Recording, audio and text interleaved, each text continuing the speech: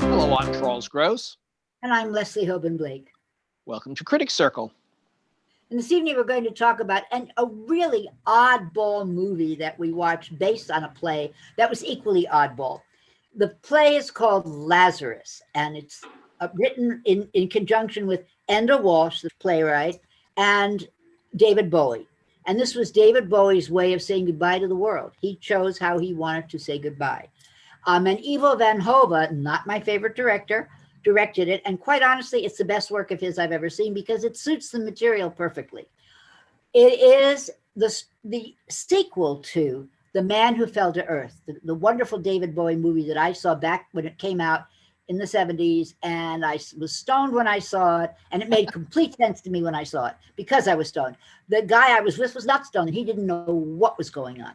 But I got the story of that, and I've seen it several times since.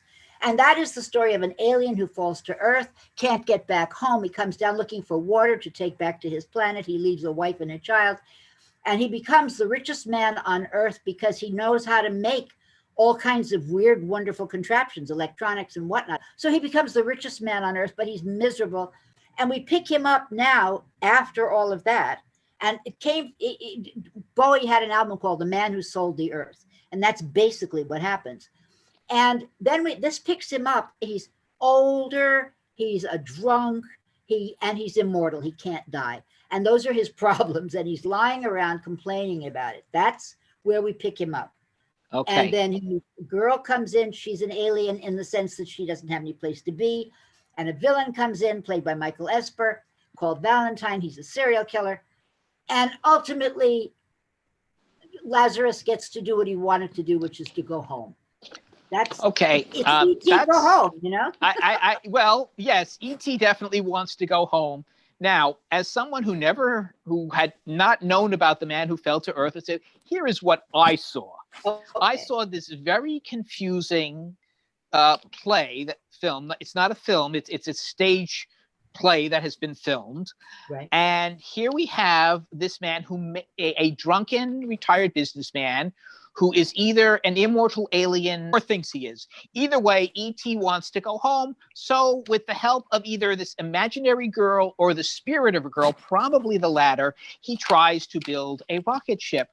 And, Leslie, I think you had your finger on it. Maybe if I had been stoned, it would have made sense. As it was, to me, it certainly didn't look like that rocket ship was going anywhere. And I can tell you, as far as I was concerned, neither did the plot of this play, neither did any of the character development. Now, I kept thinking, probably if you like David Bowie, and I have never been a Bowie fan, this is probably exactly what you want to see. And certainly the songs are excellently and strongly done by the cast. So if you like Bowie's work, you're going to love the way they sing it. And if you like the abstractness of Bowie, you may enjoy the abstractness of this show. But otherwise, I didn't understand what was going on, and I certainly wasn't enjoying it at any point. Let's talk about the people who were in it playing the roles. Michael C. Hall, who Yes. was phenomenal as Hedwig on Broadway and other things, but we know he has strong musical chops. Michael C. Hall plays Tom Newton, the name of the alien who the fell to alien. Earth. Sophia Ann Caruso, straight out of a perfect thing to follow with Beetlejuice, right?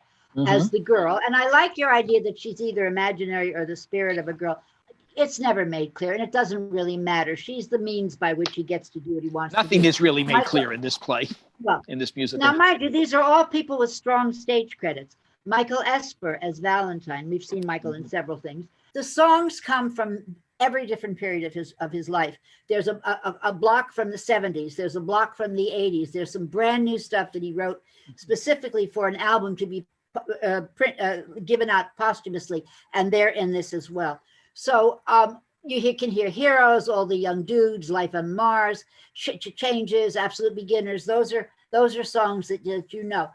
I think in the same way that Girl from the North Country incorporated Dylan, but wasn't about, the music didn't match the story. That's what happens here.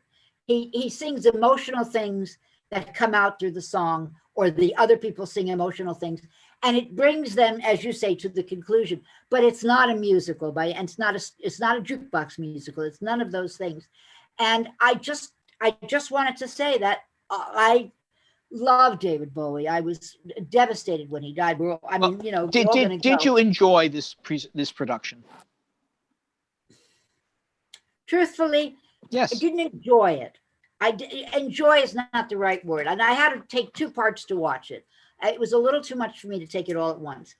But it's the best I've seen Iva Van Hoba's technique of videos and live people match. It matched the material here. There's no real story. Enda Walsh put together God knows what. He went back to the movie very heavily for what this was about.